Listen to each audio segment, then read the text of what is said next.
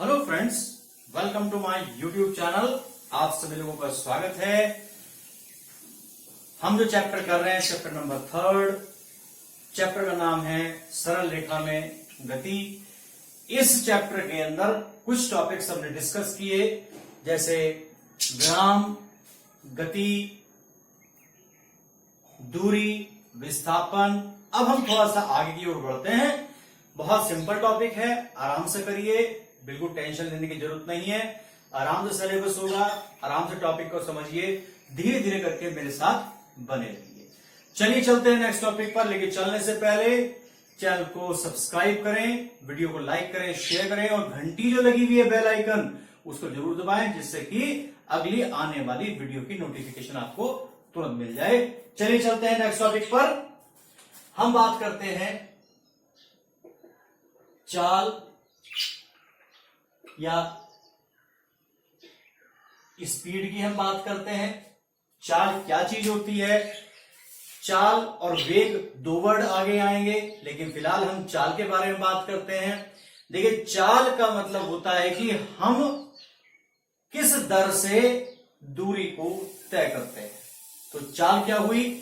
एकांक किसी वस्तु द्वारा एकांक समय में तय की गई दूरी को चाल कहते हैं। तो परिभाषा लिखते रहे साथ साथ में।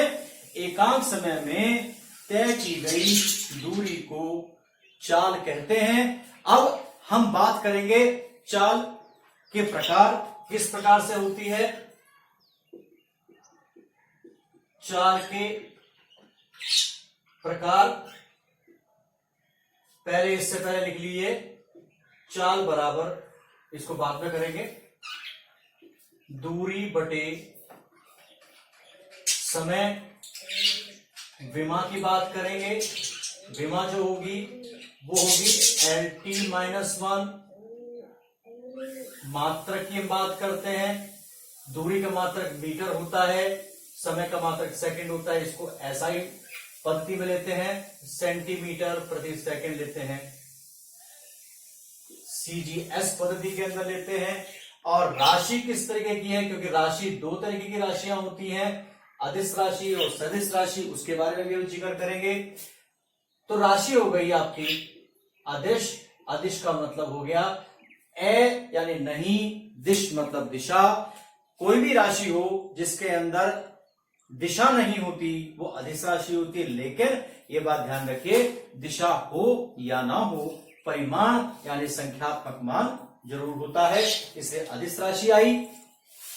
अब हम बात करते हैं चाल के प्रकार की। हम बात करते हैं चाल किस किस तरीके की होती है, चाल किस तरीके से निकाली जाती है, क्या होती है चाल। चाल के बारे में आपको बताया, एकांक समय में तय की गई दूरी को चाल कहते हैं। राशि कैसी है? अदिश है। अब प्रकार कैसे कैसे होंगे? पहला है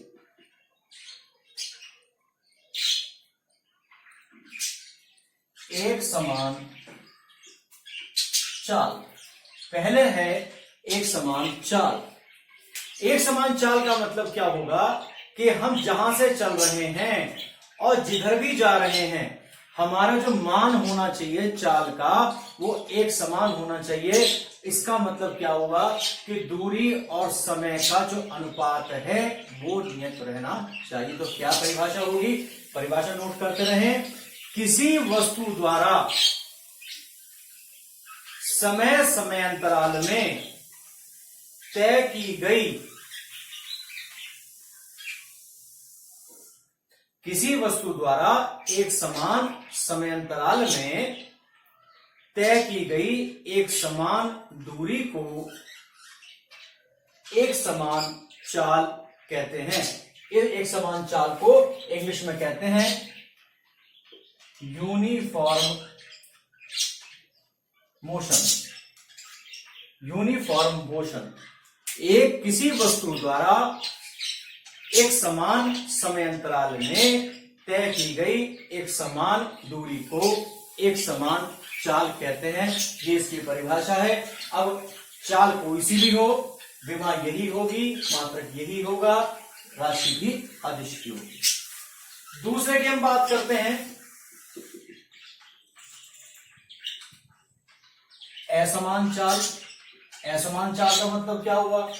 असमान चाल का मतलब हुआ कि दूरी और समय का अनुपात अलग अलग बिंदुओं पर अलग अलग होगा। हम कभी तेजी से चलते हैं, हम कभी धीमा चलते हैं, हम भागने लगते हैं, तो उस अवस्था में जो चाल का मान होगा वो बदल जाएगा। तो ऐसी अवस्था में चाल को जो हम कहते हैं वो कहा जाता है आपका असमान चाल। तो क्या परिभाषा होगी? परिभाषा नोट करते हैं साथ साथ में। किसी वस्तु द्वारा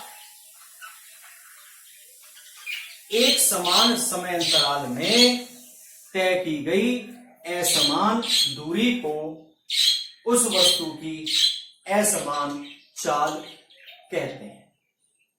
बात क्लियर हो गई होगी। अब जो तीसरा पॉइंट आता है वो तीसरा पॉइंट क्या कहता है? जब हमारी चाल असमान आ गई, अब तीसरा पॉइंट जो बात करते हैं वो बात करते हैं औसत चाल की। इसको इंग्लिश में कहते हैं एवरेज स्पीड कहते हैं, एवरेज मोशन आप कह सकते हो, क्योंकि मोशन है, मोशन का मतलब गति होती है। तो एवरेज स्पीड हम कहेंगे। तो क्या होती है, इसकी आवश्यकता क्यों पड़ती है, क्यों इसकी आवश्यकता पड़ी?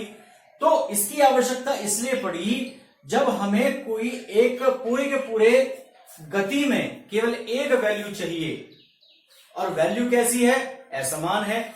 अगर हम एक समान की बात हम करते हैं तो उसमें तो वैल्यू सारी एक जैसी है, तो इसलिए हमें औसत की आवश्यकता नहीं पड़ेगी। लेकिन जब हमारी चाल परिवर्ती हो या असमान हो, ऐसी कंडीशन के अंदर अगर हमको एक वैल्यू चाहिए तो उस अवस्था में हमको औसत चाल की आवश्यकता पड़ेगी। तो क्या परिभाषा होगी? नोट करते रहिए। किसी वस्तु द्वारा तय की गई कुल दूरी तथा लिए गए कुल समय का अनुपात उस वस्तु की औसत चाल कहलाता है। औसत चाल, इसको लिखते हैं वी के ऊपर बार लगा करके। बार का मतलब होता है औसत से कुल दूरी बटे कुल समय। अब माना किसी वस्तु द्वारा डेल्टा टी समय में तय की गई कुल दूरी डेल्टा एस हो तो औसत चाल v बार होगी कुल दूरी बटे कुल समय। डेल्टा v बार बराबर delta s upon delta T. चाल की बात, हम किसी भी चाल की बात करें, राशि अदिश ही रहेगी, मात्रक मीटर प्रति सेकंड या सेंटीमीटर प्रति सेकंड रहेगा, और विमा LT-1 ही रहेगी। तो तीसरा पॉइंट हमारा हो गया औसत चाल। अब चौथे पॉइंट की हम बात करते हैं। चौथा पॉइंट आता है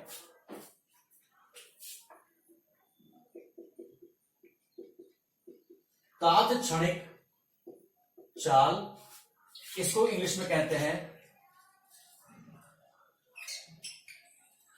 इंस्टेंटेनियस स्पीड। तात्क्षणिक मीन्स किसी भी समय पर, किसी वस्तु की गति के दौरान, किसी विशेष बिंदु पर या किसी विशेष समय पर वस्तु की चाल को तात्क्षणिक चाल कहते हैं। तो लिख सकते हैं किसी वस्तु की गति के दौरान किसी विशेष क्षण पर अथवा गति के पथ में किसी विशेष बिंदु पर उस वस्तु की चाल को तात्क्षणिक चाल कहते हैं। अब इसको निकालते किस तरीके से है? इसको निकालने का तरीका होता है, देखिए, इसके लिए सबसे पहले हमें चाहिए औसत चाल। औसत चाल होती है v बार बराबर delta s upon delta T. अब डेल्टा एस का मान कैसे निकलता है? हो सकता है आपको वी और टी दे रखा हो सकता है वी और एस दे रखा हो, तो वो अलग अलग रूप से हम उसको निकालेंगे। जब क्वेश्चन आएंगे तो हम उसके बारे में जिक्र जब करेंगे। अब इसको निकालने के लिए हम बात करते हैं, यदि डेल्टा टी टेंड्स टू 0, इसका मतलब है, इसको इस एरो को कहते हैं इसमें टेंड्स टू का मतलब है कि डेल्टा टी का मान 0 के समीप है, 0 के बहुत करीब है, बट 0 नहीं है। क्योंकि डेल्टा टी का मान अगर हमने 0 कर दिया, इक्वल टू 0 लिख दिया, तो क्या होगा? अगर हम किसी भी राशि को 0 से डिवाइड करते हैं तो उसका मान अनंत आता है, और अनंत अनडिफाइंड है, अनंत को हम परिभाषित नहीं कर सकते, अपरिभाषित है, इसलिए उसका कोई औचित्य नहीं है। तो इसलिए टेंडिंग टू 0 का मतलब क्या होगा कि डेल्टा टी का मान अगर हम ऐसे लिखें 0.00001 सेकेंड, तो 0 तो नहीं है, लेकिन है तो मान बहुत ज्यादा छोटा, इसलिए हम कहते हैं टेंडिंग टू 0 मीन्स बहुत ज्यादा करीब है 0 के, लेकिन 0 नहीं है। तो ऐसी अवस्था के अंदर क्या होगा? ऐसी अवस्था के अंदर तात्क्षणिक चाल की हम बात करते हैं, लिखते सिंपल v, और एक वर्ड आता है limit, LIMIT, limit delta t tends to 0 delta s upon delta t. ये थोड़ा सा जो मेथड आता है, ये आपके 11th में कुछ मैथमेटिक्स वालों का पार्ट आएगा, लेकिन मेन जो पार्ट होता है वो 12th का होता है, डिफरेंशियल यानी अवकलन और समाकलन। यहां हम उसका इस्तेमाल करेंगे, तो हम धीरे धीरे करके जो फॉर्मूले यूज होने हैं हम उसको आपको सिखाते चलेंगे। तो जब हम तात्क्षणिक चाल निकालते हैं, केवल ये वैल्यू जो निकाली जाती है तात्क्षणिक चाल के लिए निकाली जाती है, औसत से तात्क्षणिक निकालना है, तो डेल्टा टी जिसके सापेक्ष परिवर्तन किया जा रहा है।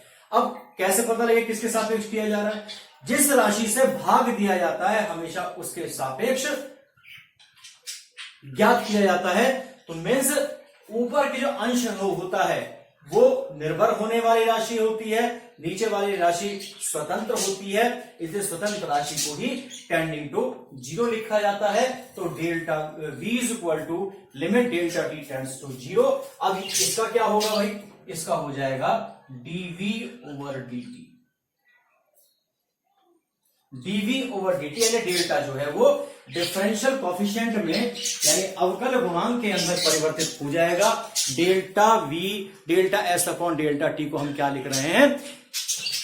dv अपॉन dt लिख रहे हैं। और एक बात इसमें हमें ध्यान रखने की मोस्ट इंपॉर्टेंट बात क्या है कि अगर हमें कुछ वैल्यूज दे रखी हैं, s की वैल्यूज दे रखी हैं, t की वैल्यूज दे रखी हैं, तो हम उससे औसत निकाल सकते हैं, तात्क्षणिक नहीं निकाल सकते। तो तात्क्षणिक कैसे निकालेंगे? अब देखिए, इसके आधार पर एक क्वेश्चन देखिए,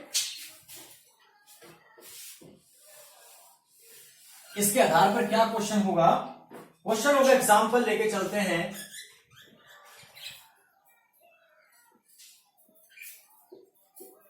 किसी वस्तु की चाल की समीकरण निम्न है, v is equal to 2t plus 5।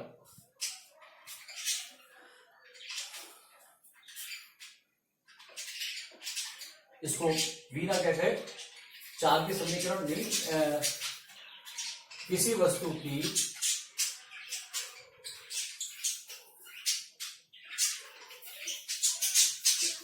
स्थिति की समीकरण निम्न है, s is equal to 2t plus 5। क्या निकालनी है? या स्क्वायर कर लो, t बराबर 0 सेकंड पर तात्क्षणिक चाल ज्ञात करो। तात्क्षणिक चाल ज्ञात करनी, तो कैसे करेंगे? अब हमारे पास है v is equal to ds over dt, तो d ओवर dt, s की वैल्यू रखिए, क्या होगा? 2t square plus 5। अब इसमें मैं आपको फॉर्मूला बता रहा हूं, इसके अंदर इसमें क्या चीज इंपॉर्टेंट है कि d अपॉन dt को हम कहते हैं अवकल गुणांक, और बटे में है टी, इसका मतलब जो परिवर्तन होना है वो समय के सापेक्ष होना है। क्या सूत्र इस्तेमाल होना है? सूत्र जो इस्तेमाल होगा डिफरेंशियल में डी अपॉन डी एक्स की power n, n into x power n minus 1 का होगा डी अपॉन डी टी, और सी यानी 0। सी का मतलब यहां कांस्टेंट है, कोई भी नंबर हो सकता है, कोई भी वैल्यू हो सकती है, तो वो उसमें परिवर्तन नहीं होता, इसलिए उसके परिवर्तन 0 होता है। देखिए इस ब्रैकेट के अंदर दो पद हैं, तो अवकलन हमेशा योग या घटा में आने वाले सभी पदों का होता है। तो हम इसे क्या लिख सकते हैं? 2 कांस्टेंट है, 2d upon D T, T square plus D upon D T 5 2। इसके आधार पर घात आगे आ गई, t पावर 2 माइनस 1 और ये 0 हो गया, तो कितना हो गया? 4t बचा, v आया। कितने सेकंड की बात कहता है? 0 सेकंड की बात कहता है, यानी t का वैल्यू हमें क्या रखनी है? 0 रखनी है। v at t equal to 0, 4 into 0 बराबर 0। इसका मतलब है कि वस्तु जो चली वो विराम से चली। t इक्वल टू 0 समय पर ये हमारा कितना, चाल कितनी आई? 0 आई। इस तरीके से हमने तात्क्षणिक चाल निकाली। इस तरीके से धीरे धीरे करके क्वेश्चंस आगे बढ़ेंगे। आप फिलहाल आज हम इस वीडियो के अंदर इतने ही कंटेंट्स रखेंगे, इतने ही टॉपिक रखेंगे। आज इसको नोट करिए, इसको एक बार रिवाइज करिए, वीडियो को स्टार्टिंग से लेकर के एंड तक जरूर देखिए। वीडियो कैसी लगी इस बात को कमेंट बॉक्स में जरूर बताएं, जिससे मुझे भी आगे अच्छा लगे कि मैं आपको और अच्छा मटेरियल या कंटेंट मैं आपको दे सकूं। नेक्स्ट टॉपिक को नेक्स्ट वीडियो में करेंगे। इतने मेरे साथ बने रहिए, हंसते रहिए, मुस्कुराते रहिए, खुश रहिए, टेंशन मत लीजिए। Thank you for watching.